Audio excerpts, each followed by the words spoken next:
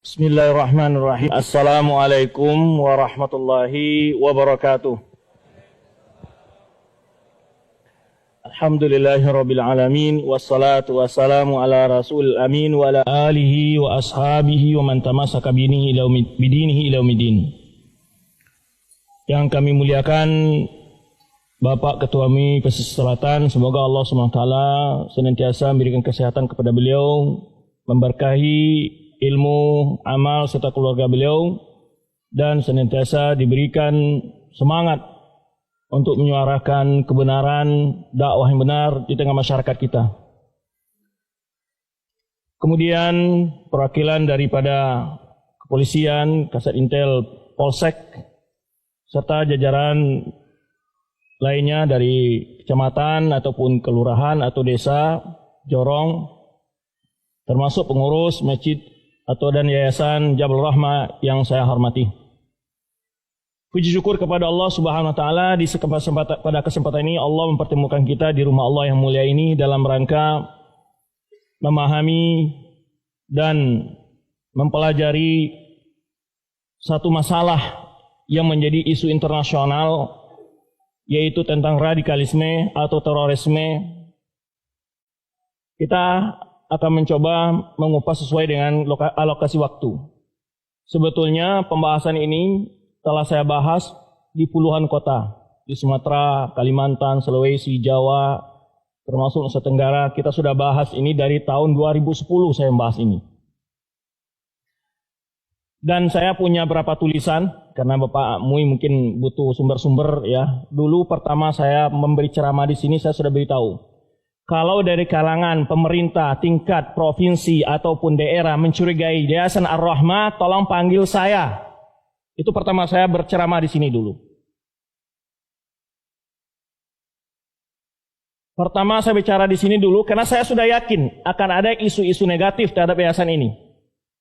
Dan saya bilang, jika ada apa-apa dengan Yayasan Ar-Rahmah mencurigai paham dan segala macamnya, tolong dikonfirmasi. Termasuk ustaz-ustaznya di sini konfirmasi. Panggil ustaz-ustaznya, apa pahamnya kamu ajarkan di sana? Kami mendengar begini. Jangan hanya menerima isu dari sebelah. Kecil orang jangan mematok cie dan mata lingo sebelah.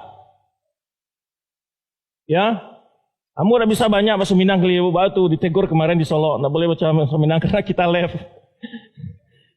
Ya, lihat TV.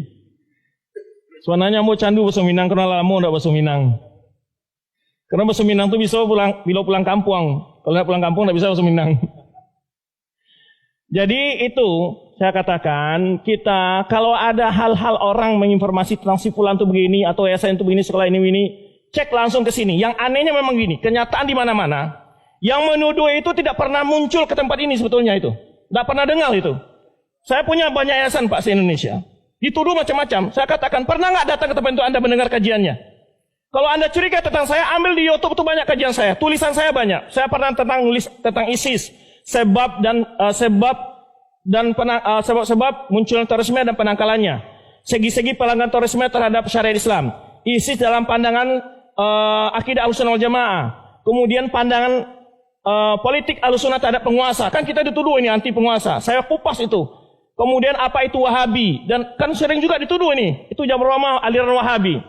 Kemudian juga saya tulis, terakhir saya tulis, itu jurnal resmi, bisa dicari di internet. Di jurnal STDI Imam Syafi'i. Terakhir adalah klarifikasi Syekh Muhammad Wahab terhadap tuduhan-tuduhan. Di masanya yang pada hari ini masih dikembangkan tuduhan-tuduhan itu, sudah itu dijawab. Dan saya juga pernah kumpul dengan Bapak Selampol, Pak. Sama dengan tuduhan itu. Tuduhan-tuduhan yang nggak jelas itu. Saya bawa itu makalah-makalah saya dan rekaman video saya tantang. Ini, Pak. Ini bukti bagaimana kami itu radikalisme atau tidak. Pak Kiai yang menuduh saya sebagai radikalisme, tolong tunjukkan satu tulisannya atau satu ceramahnya. Satu tulisan, satu ceramahnya yang membahas tentang kesesatan, terorisme, radikalisme sampai ke akar-akarnya. Bukan sekadar ngomong sesat-sesat, tapi tidak menjelaskan apa, di mana sesatnya. Dan saya katakan, dan beberapa kali di berbagai media saya katakan, tidak ada dakwah yang benar-benar menghadapi terorisme, radikalisme dari dakwah yang kita bawa. Lihat TV Roja itu pada umum apa isinya? Radio dan seterusnya. Boleh dilihat. Tidak ada sidik pun kita mempertimbangkan. Demonstrasi aja kita tidak bolehkan. Demonstrasi. Kita tidak bolehkan itu. Kok dituduh radikalisme. Nah, sebetulnya, nang sering ambo sawikan, sebetulnya bukan khilaf pendapat, tapi khilaf pendapatan.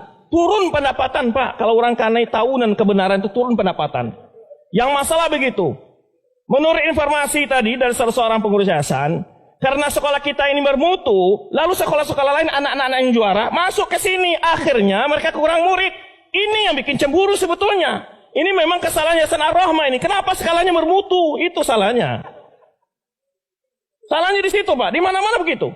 Saya pernah di Madura, di Semenep itu berdebat dengan Isur Lamli, yang itu tokoh NU itu. Saya pernah berdebat dengan dia. Saya itu diundang tanpa diberitahu, dijebak, disediakan video. Sampai sekarang nggak berani menyebarkan videonya, Pak. Nggak berani menyebarkan videonya karena saya bantah semua tuduhan-tuduhan fitnah dia. Nggak pernah berani menyebarkan videonya.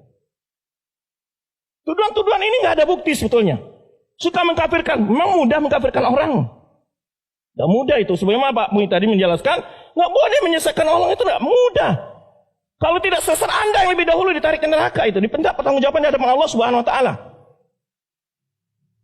Jadi kita jangan gampang mengkafir, nggak ada kita mengkafir-kafirkan. Ya, maka ini saya katakan kembali, tolong kepada pihak keamanan apapun saja. Saya katakan di mana kadang-kadang tolong satu kompi Intel hadir di kajian-kajian saya nggak masalah. Satu kompi Intel dah kirim. Ada yang curiga nggak? Silakan. Saya katakan nggak ada, kita ini terbuka, nggak ada tertutup. Bahkan setiap kajian ini saya tanya tadi pengurus, dia undang nggak? Pejabat-pejabat diundang Ustaz, termasuk Kemenak, tapi nggak pernah datang.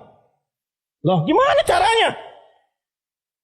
Datang ke sini dengar pengajiannya, rekam, ada yang salah, panggil si penceramah itu. Oh, ini salah kajian kamu ini. Gitu. Jangan gentleman, jangan fitnah-fitnah. Karena saya mulai dengar, ya, mulai diisukan sebagai aliran Wahabi, mulai diisukan sebagai radikalisme, dan itu dulu awal-awal saya ke sini saya sudah bilang itu. Kalau ada tuduhan-tuduhan, tolong panggil para ustadz ke rumah saya kalau ada kecurigaan. Ya, itu sedikit mukadimah saya jelaskan, ya. Maka pada masyarakat jangan mudah terprovokasi. Jangan mudah terprovokasi dengan tuduhan-tuduhan itu.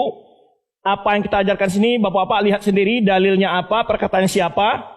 Ya, kita tidak pernah mengajak ke ormas tertentu, aliran tertentu tidak ada. Kita mengajak kepada Al-Quran dan Sunnah sesuai pemahaman para sahabat. Itu selesai.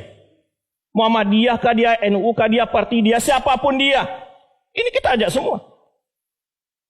Kita tidak mengajak orang ke ormas tertentu. Ya, dakwah kita bukan. Dakwah kita adalah berlomba dalam mencapai kebaikan. Maka kualitas sekolah kita tingkatkan demi menyebarkannya dakwah, gitu memang. Dan memang begitu dasarnya rasa kecemburuan sebetulnya yang tidak bersiap bersaing membuat sebagian orang membuat fitnah ini. Itu saya ada temui di berbagai tempat begitu memang. Kadang-kadang karena pengajian mereka sepi, pengajian kita ramai, itu jadi masalah juga, Pak. Jadi masalah. Terutama kadang-kadang infaknya berkurang katanya. Nah, yang masalah tadi saya katakan, yang masalah sebetulnya bukan beda pendapat, beda pendapatan. Ya. Nah, kita ini dalam berdakwah tidak mematok angka-angka, Pak. Nggak ada ustaz-ustaz diundang ke sini tuh harus dibayar sekian puluh juta. Nggak ada. Nggak ada kita begitu. Kita datang dengan sukarela. Ambo tuh pernah tidur di Mama Saji, kadang-kadang di landasan masjid, nggak ada. Padahal kadang-kadang ke kota tuh kadang pernah saya bayar sendiri dengan hotel. Penting dakwah berjalan. Tapi kadang-kadang ada yang undang dibisi lebih. Nah itulah minus plus gitu aja. Karena tujuan kita bukan mencari dunia, adalah dakwah. Ya,